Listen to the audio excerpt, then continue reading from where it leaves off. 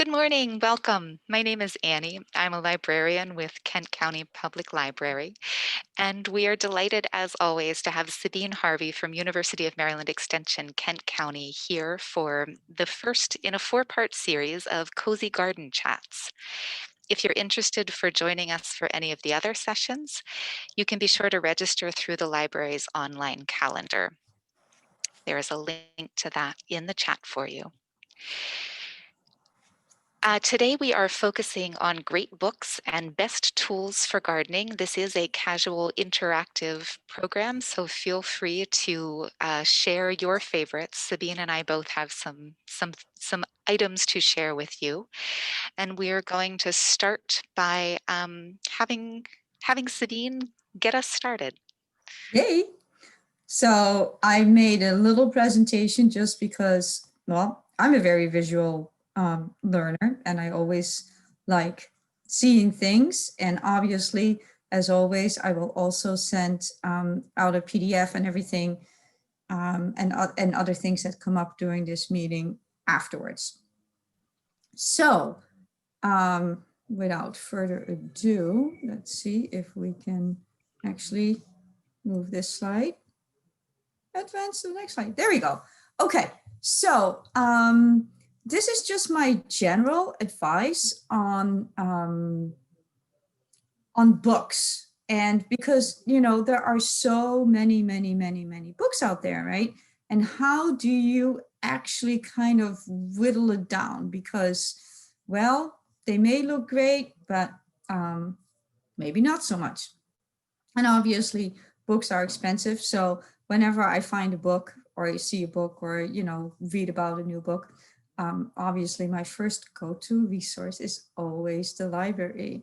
And although I have a nice supply of gardening books, most of my books actually come from the library and I only purchase them, you know, once I've checked them out for like the fourth time and I keep renewing them and stuff like that.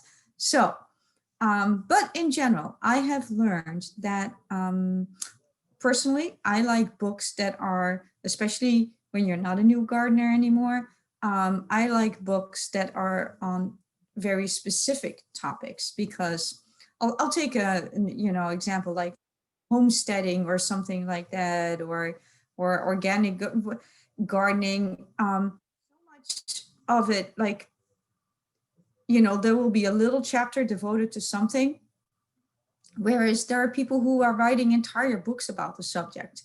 And I find that if a book has too many chapters that are about too many different topics, then it becomes so superficial that I kind of don't find the book all that much worth anymore. And the other thing is that, of course, a lot of writers, when they write a book, they feel like, you know, the whole first part of the book needs to be like an introduction to gardening, and then they'll get to the meat of the thing.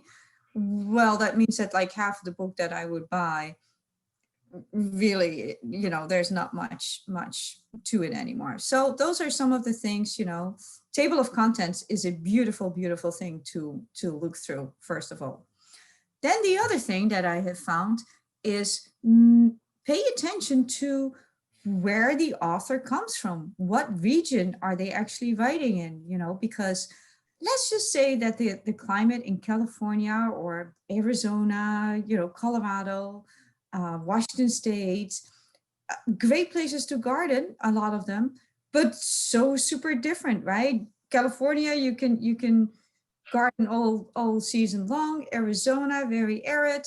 Colorado can get very cold, and then Washington State, gosh, you know, basically a Mediterranean climate. So you kind of want to see, where is this person gardening? Where from what perspective are they writing? Because it may be something that is, you know, fun to read, but totally not apt to our region.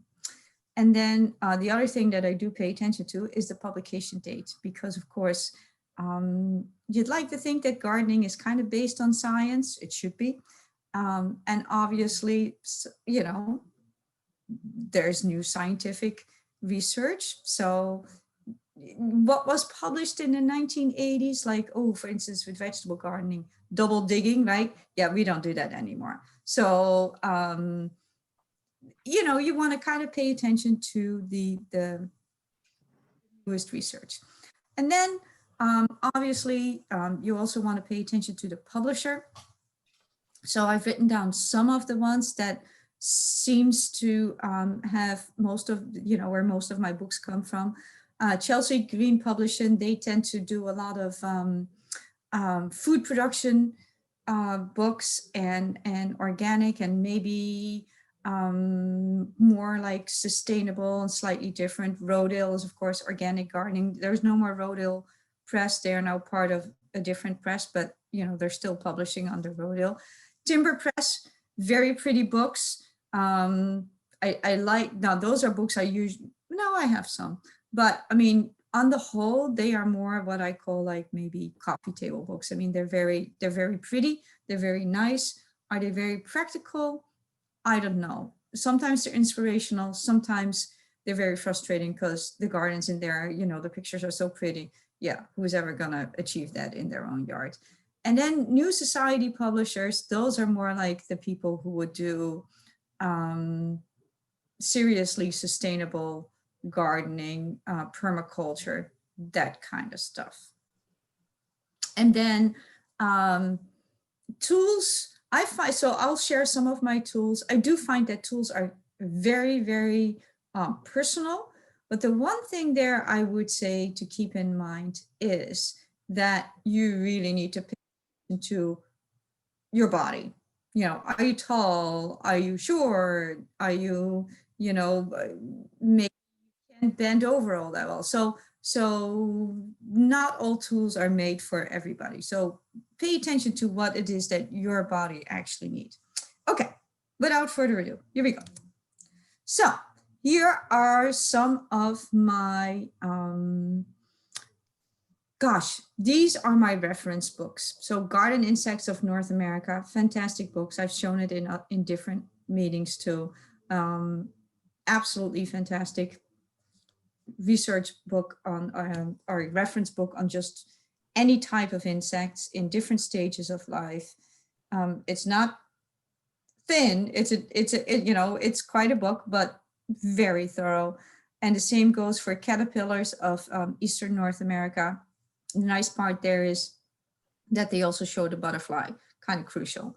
And then for my vegetable gardening, I find with vegetable gardening that often when there's a lot of books written by professional food growers, by farmers, that even though they're written by farmers and maybe they are aimed towards farmers, they have so much good information in them and they're very accessible to the home gardener. So one of my absolute favorite authors there is Pam Darling. And the nice part about her is that that their operation is in Virginia.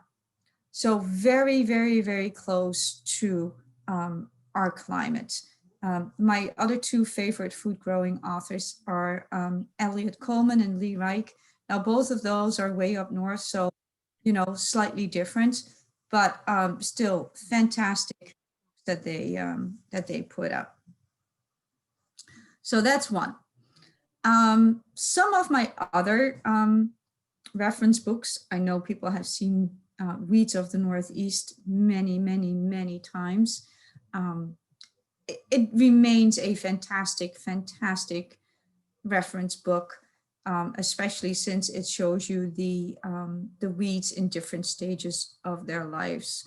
It won't tell you, what method to use in order to get rid of them, but there's so many clues in that book, whether they're an annual or a perennial, what kind of root system they have. So yes, I would say that's a great book to have. And then, of course, my other go-to is Michael Durr. He's written lots and lots of books, but I think the only book I actually have of him is the Manual of Woody Landscape Plants, and mine is really, really old. So this is a newer version.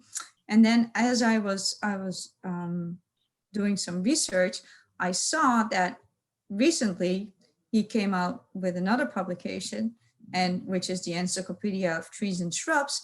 And to me, it looks like that is like the most recent publication of the Manual of Woody Landscape Plants, only then with lots and lots and lots of pictures. Because the Manual of Woody Landscape Plants, yeah, no pictures.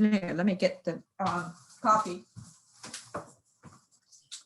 I mean, it is a great manual, but this is what it looks like on the inside, right? So no pictures of the plants, just tons and tons of information.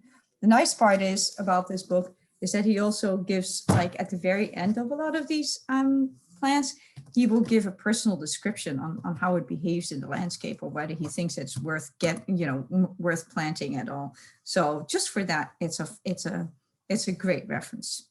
Anyway, but if you want pictures, I would go for the Encyclopedia of Trees and Shrubs. I think I've actually put it on my request list from the library. Yay, because I didn't know about it. Okay, then specifically for our region, obviously anything by Doug Tellamy, especially since he does all of his research at the University of Delaware, which is on the Eastern Shore. I do find that some of his books are maybe a little bit repetitive. So, once again, check them out from the library. And, but his newest book, Nature's Best Hope, that was a nice read. And so I would highly recommend that. Basically about creating, one big national park, connecting all our yards together. And then once again, as I saw when I was doing research on him, that he has a new book coming out in March of next year. So forget about Christmas presents, but the nature of oaks, because of course he loves oaks, and oaks are the tree that supports the most caterpillars and insects by far. So it makes sense that he's going to write a book that focuses just on oaks. And then, of course, if you want pretty pictures, he works a lot with Rick Dark, who is a fabulous photographer. And those books, once again, they may be inspirational, they may be for pretty. Are they for practical? I don't know. You might find inspiration, but it's the same as going to a beautiful botanical garden, right? You come away inspired, and then you, before COVID, and then you walk into your own yard and you think, what a freaking mess it is here. Oh, well. Oops, can I say that on YouTube? I don't know. We'll see. Anyway, and then I saw these plants. I know somebody had asked about doing a session on plant propagation. So as I was perusing this, I saw this book on plant propagation, and I thought it looked promising. So we'll have to wait until March. Maybe we'll do something with the Kent Horticultural Lecture Series or something on plant propagation. And then the other one that I thought looked very intriguing is this one about plant partners, which is a science-based companion planting book, because there are quite a number of books out there that focus on companion planting, but that doesn't actually mean that, a lot of that is like hearsay or what hasn't been researched very well. You have to be careful when you do companion planting. And you want them to actually have done research. Does this actually work? Because a lot of plants that people thought would go together actually don't really, and they may attract like more insects than they would repel. So so I don't know. We'll see whether this is a good book, but this is yeah, I have my eyes out on both of those. We'll keep those in mind. So that is it for books, I think. And if there's anyone who wants to Well, maybe we'll wait till the end. We'll just go through all of this. So here are my favorite tools. And let me, so from the left, here are my Velcro pruners. And yeah, I'm not really supposed to say any brand names, but I will say when it comes to pruners, I do think that these go above and beyond any of the other pruners. For one, because they make very different sizes of pruners. Where the heck did my cursor just go? So you can find them for whatever hand size. They have larger ones. They have, this one happens to be one for small hands, and then left-handed, right-handed. And the nice thing is you can replace the various parts of the pruner, in particular the blade. So even though the thing itself may be expensive, I will just buy new blades and put a new blade in there. I will say I'm finally on my second set, just because it just wasn't working anymore. Then I like this one. I'm not quite sure where it came from. It's called a groundhog. It's kind of like a medic, but then it works very well, especially for like if you want to dig trenches and stuff to plant garlic, or if you just need to make a quick hole for an annual or something. That works very well. I have so many stones in my yard that one of these times is actually bent. Then I'm very sad I can't find this sucker anymore. It was made by Yemen, or however you pronounce that, and I just like this one, the way it lies in my hand. I haven't really found any other good, but this is, definitely for like getting out those roots of dandelions and stuff like that. And then this knife I got a few years ago for Christmas. And it's only this year that I really started using it. But holy smokes, it is just fantastic, especially if you have grasses and that have bloomed and you need to cut them down and stuff like that. Boy, that really works very well, because it's really hard to cut grasses, and this just slices right through them. It's also good for making a quick hole. And so yeah, I really like that knife. Then must have pruners, right? Because or pruning saws, because, well, let's face it, some branches you don't want to do with loppers. So I like the one on the bottom, because that one actually, if you push in the little knob, you can fold it up. So that makes it a little bit safer to carry around than just a saw with that with an exposed blade. Then my loppers. Well, I'm short, so I need telescoping loppers. Makes life so much easier if you do not have to climb on a chair or a stepping stool or a ladder or whatever the heck. We don't want people balancing on things and potentially breaking something.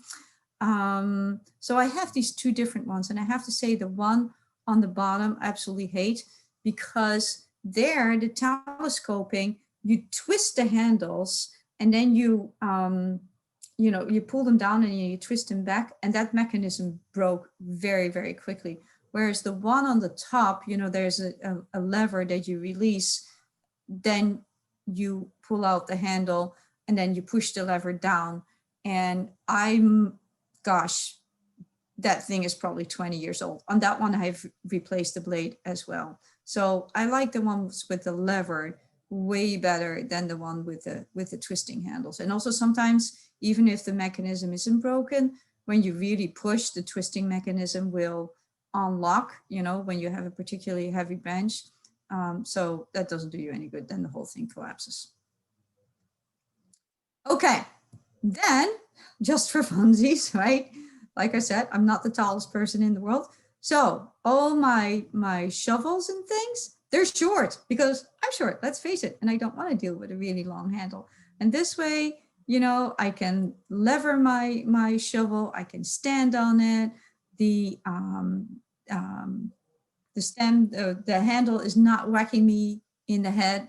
So I love my short handled shovels, etc. However, there's also things up high. So I also have long handled pruners. I still have to find a replacement blade for those. That's not an easy, you need some power to pull that one. It's not the easiest thing to use. But then the one in the middle, that is my harvester. And yay, I should prune my all my fruit trees and stuff shorter, but of course, who has time for that? So that is a fantastic little basket to harvest fruits that are just too high and prevents me from having to step on anything. And last but not least, this is a recommendation from Andrea Neiman. And I have one too. It's called a broad fork. I totally forgot about that, the fact that I have it. It's a heavy tool. It's an expensive tool, but it is definitely a good tool because it will loosen the soil, but it will prevent you from actually disturbing the soil too much or digging in the soil. So this is a great tool for like a vegetable garden, or if you have compacted parts of your yard, because you would stand on the middle part and then pull it backwards, and it's just, or if you need to plant somewhere where there's a lot of roots from a tree and you don't want to damage the roots, you don't want to cut through them. This is definitely, you know this is on the upper end, but it's something worth considering. So thank you, Andrea, for mentioning that. And I think those were my recommendations. But like I said, especially with tools, yes, it's very, very personal. But those were and obviously you're going to get all this. So I'm going to stop sharing my screen because Annie has some books to share. And hopefully our participants might have some things to share as well. And if not, you can always email them to me afterwards, and I'll include them in the resources that I will send to you. Thank you so much, Sabine. You are So welcome. the books that I have to share are actually not, I'm a librarian. So one of the things that librarians don't do is to make judgments about what other people should be reading. So what I have are books that are currently on our new bookshelf.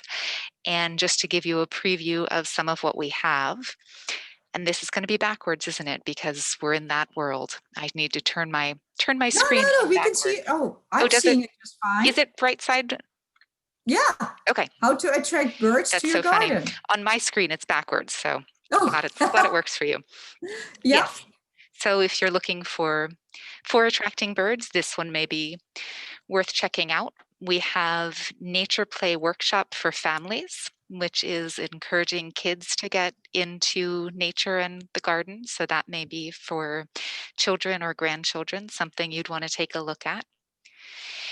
If you are more of a, or in addition to gardening, you enjoy plants inside, we have the Plantopedia for houseplants. I did see that that had just come out, and it seems to get very good reviews, and it seems to be all over as a highly recommended. I did some search too, like best books for 2020, and it's definitely on there. So I'm not much of a houseplant person, but that one, yes, it seems to be jumping out. Excellent, good to know. Mm-hmm. Um, We also have Feasting Wild, which is a little bit outside of the garden, but if growing food and picking your own food is in your wheelhouse, this may be of interest. The Complete Gardener's Guide, which is another very thick book, fairly comprehensive, going to be a lot of basics, not in depth on anything, but might be worth flipping through. And this one, the small garden style, um, This is a book that I actually checked out recently, in part because I was enchanted with the cover and started flipping through it and realized, oh no, this is absolutely does not suit my style of gardening whatsoever. But someone is going to be delighted to take a look through this book. It is much more about creating a particular feel and vibe and theme for your garden. So if you are someone who enjoys having color themes and creating space that has a certain feel to it, this may be a really good match for you. So those are just a few of the books that are currently sitting on our new shelf. Like Sabine said, we also have a wide variety of other gardening books and the ability to request from outside of our own system. So we have a pretty good track record of being able to get our hands on most of what people are looking for. So please don't hesitate to check out our catalog, give us a call. We can help you over the phone to request items if that is helpful. And we are currently doing curbside contactless pickup, and we do have some limited in-building hours where you can walk in and browse at this point in the Chestertown branch. So Annie, I have a question, and it's just, you might be able to do this. It's just that I have never explored it. But one of the things that I do miss, of course, is looking at your, the shelves with all the new books at it. But I also, although I so appreciate that, I love the curbside and it's great that you guys are open, but I also just feel very um, conscious about not wanting to expose you to anything that I may have picked up somewhere else. So, it's great that you guys are doing that, but I feel, anyway. So is there a way on the website to peruse the new bookshelves? Um, there is, it's not, it won't give you the full experience, but give me just a Right. second. I'll actually pull that up um, and I'm show going you. to the library website right now too. Um, hang on, I've got to get a browser up. I just thought about that. It's like, yeah, I miss doing that. Yeah, let me share my screen and I will walk you Okay. through how to do that. Okay, so if you go to the library's website, which is Right. kentcountylibrary.org, in this section near the bottom where there are these dark blue tiles, there is one Mhm. for new Oh, new titles. titles. So Duh. if you click there, it gives you a number of different categories that you can Right. peruse. If you're looking for new gardening books, they'll be in the new nonfiction. When you Awesome. click that, it takes you into our catalog. Um, you can, on the side here, you can limit it to just the Kent County Chestertown, which Right, right, right, particularly right. if you're looking to pick something up quickly, that may be what you want. And then you can scroll through and see what is there. You can also use the limiters over here to further refine so that you're not seeing all 300 some items, but you can see, you could use Yes. the subjects and that sort of thing. I see there's 315 new items. Yeah. That is awesome. Thank you so much. I don't even know why it never occurred to me, but little brain freeze moment, but I'm glad I asked. Yeah, there we have over the past few months tried to add some features because we know there are two types of library users. There are people who know exactly what they're looking for and they make a request and they come in and pick it up and they're in and out in 2 minutes. And then there are people who love to just wander the aisles and see what they see. And it's been much more difficult to meet that need, but we do have some ways online or by working with staff to help with that. This is awesome. Oh, well, I know what I'll be doing this weekend. Excellent, excellent, excellent. Yeah. So, is there anyone else who has some recommendations of a, like their go-to reference book for, or their go-to resource book, whatever, for gardening, or just a tool that, you know, that they love, that I've never seen, all that kind of stuff. And like I said, those are very personal. And, you know, if you just want to even put it in the chat box, that, you know, if you don't want to be on screen, that would be fine. And we could even do a quick Google search and get an image and share a screen and show it to everybody. So we would love to, in one way or another, hear from you if there's anything that anyone would like to share. Just, Dean, yes. a favorite of mine, which I go to, is Rodale's, and you've mentioned Rodale's, his perennials. And this is what it looks like. Am I being seen, or I shall take this right off here? There. Hold on, we can't see it. Show us. Let me see. What is it called, Vita? It's Perennials, Rodale's Illustrated Encyclopedia of Perennials. Excellent. Rodale's. And why do you like it? That it's easy. It's got wonderful pictures in it. It has some how-dos, but mostly it has good descriptions of the plants. And it seems that every year I forget where I put what. And then once I get there, I forget what is. So Right. I have used this a lot. In fact, I'm kind of holding it tenaciously because it's coming apart in various parts. Right. I have to say, I have one encyclopedia too that I have actually used quite a bit. And it was one of those books, you know, you never know, like, you know, just I was in like Barnes and Noble, right? And you have these discount tables there. Uh-huh. I mean, this is like 20 years ago, right? And we just moved here, and I just picked up this. It's called Botanica. I'll show it to you. It's probably not in print anymore. And it has plants from all over the darn world. And it's maybe not the best, description, but you know, it's one of those books that I do go to occasionally, you know, quite often, because at least it shows me in which plant family this plant is, and you know, what other species might be there. So yeah, it's kind of, let me get it.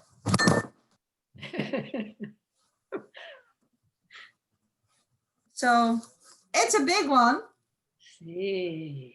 So, and more than 10,000 plants, yay.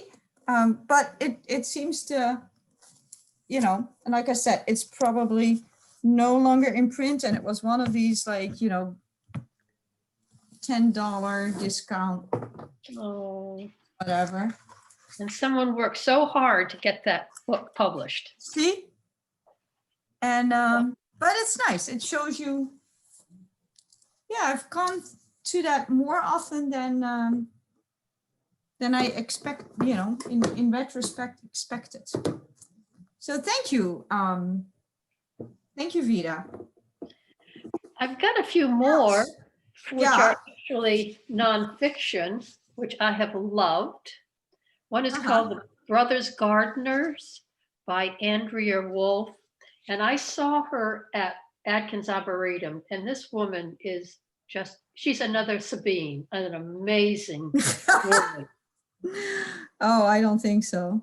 Is anyone familiar with her books? And this is not the only one, but I couldn't find my others. The Brothers Gardeners, which is about early American history, the relationship of Benjamin Franklin and Linnaeus, and who else is involved here? Right.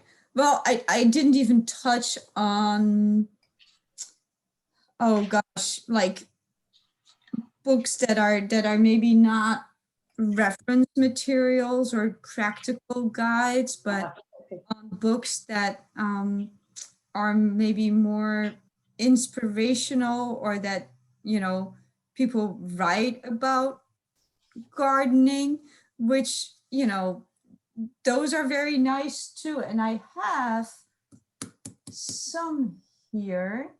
Let me see. Wait a minute, hold on.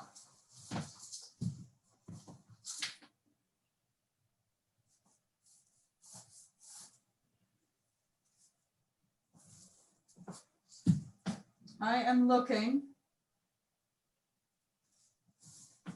Well, if I'm still on, I'll say Find my that. $60 tomato right now, but Oh, he liked reading this one. It's called This Organic Life.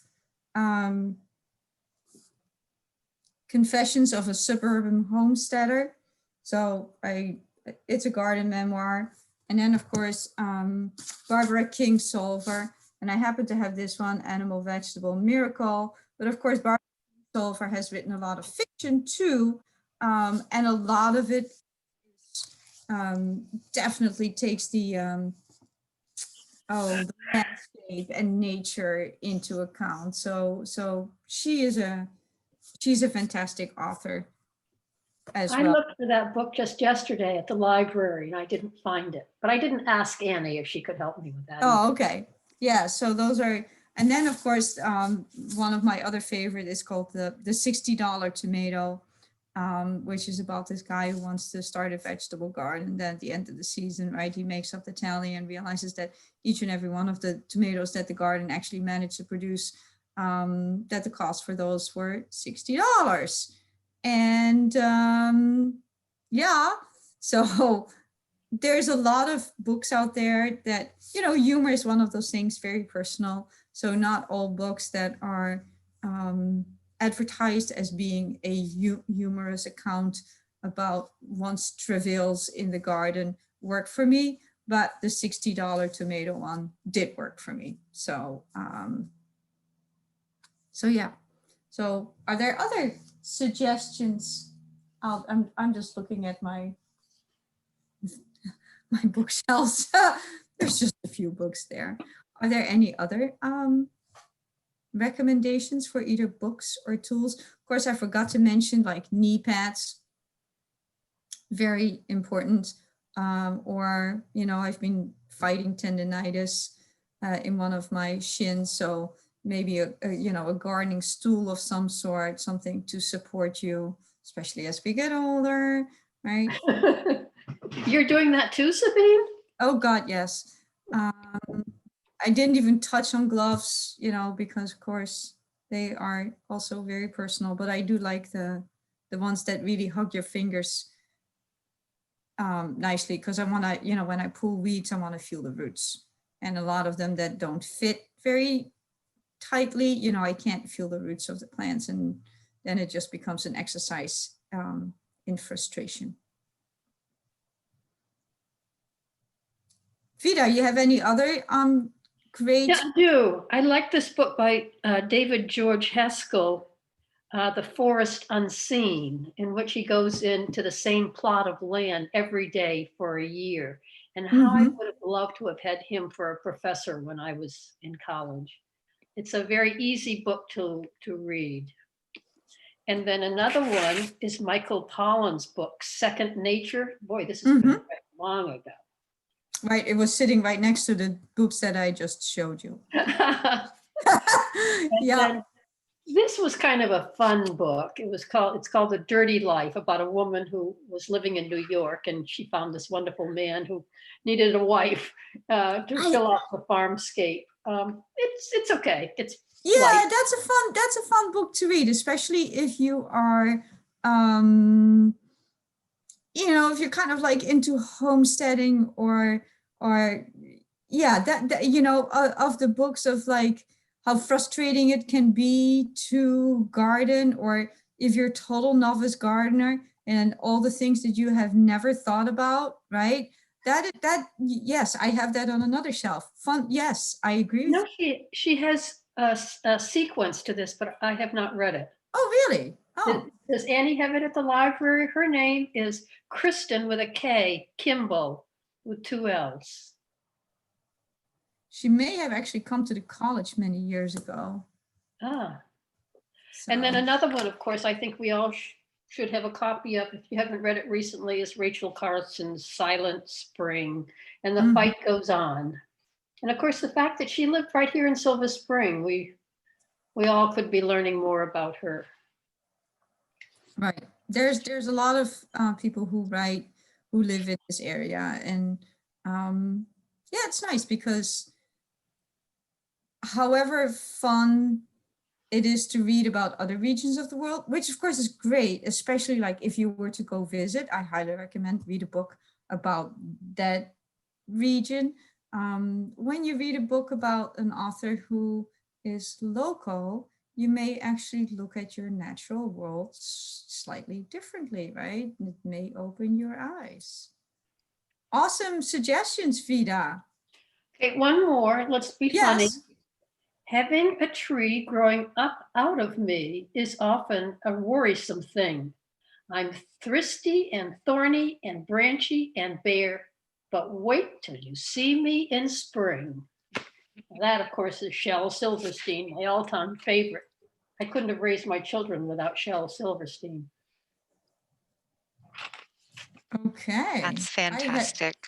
And I had to answer your not. question about Kristen Kimball, it looks like in our regional system, we can get a copy of Good Husbandry, which was her 2019 book. Is that the one that you were looking for? I don't know what the name of it is, but I did hear that she did have another one out. Okay, that would be. Yeah. Would you like it requested? I will say yes. Okay. Consider it done. Thank you. Oh, Mhm. isn't this immediate? I bet this doesn't happen in New York City, which is probably Oh, shut down right now. wow, Vida, thank you for, I was not aware of Shel Silverstein, and I've been actually looking for fun poems to some include with my writings. And let me tell you, I have looked to so many, and it's like, nope, nope, nope, not the right tone, nope, nope. So you may have just given me an absolutely fun resource. Oh, good. And of Yeah. course, a local is Robbie and her husband who write all Yes. the idiot books. I love her. Mm-hmm. So cool. You're not expecting a grandchild, are you? Who? You. No, Oh, okay. heaven forbid. No, God. No. Now we've gotten very small town with the presentation. This is being recorded for the internet, I will remind everyone. Not put the presenter on the spot like that. No. It is fine. It is fine. No, no, my kids are 23 and 25, so definitely not there yet. So, Well, getting back to the garden, then I am still yes. enjoying leeks and chard and kale. And I don't know if I'll get any Brussels sprouts, but I've got 6 plants out there that are still struggling along. Well, if nothing else, eventually you can eat the leaves. What can I say? Ah, sure. They're all edible. So cool. Any other books, tools? You know, I did totally overlook the whole fiction part, but you know, it's not, that's also very personal. It's all personal. Who knows?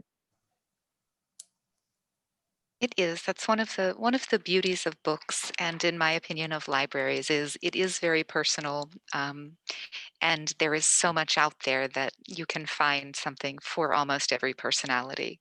Oh yeah, yeah. I mean, and thank heavens for writers, right? And for people continuing to publish books and entertain us and just keep us grounded and all that kind of stuff. Definitely. Is there anyone who has any other things? Any tools? Or just a thing that they want to share just because they can?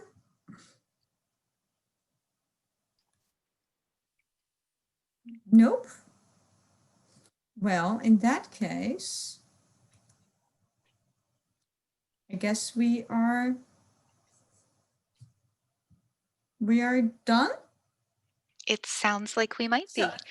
if you think of anything else, I have some people who did email me. Oh, I have a question. Somebody said couldn't attend, but they had a question whether anyone has a recommendation for a long-handled hoe. I am not a hoe person. I find them difficult. I wrote her back that I have a hula hoe, but it works well on really small little weeds, but it doesn't work well on like larger established weeds. Plus, I often find when it comes to long handle things, well, first there's the whacking in the head thing, but so I just become too inaccurate, right? Because especially, you need to weed when you have like little seedlings. And then if I work with something, if I'm not sitting on my knees to weed, I feel like I end up damaging plants. So but at the same time, if your back is going, something with a long handle may not be such a bad idea. So does anyone have, I promised I'd ask, does anyone have a recommendation for a long handle hoe? There you go. And feel free to write that in the chat box. Or if you think about it later, send me an email.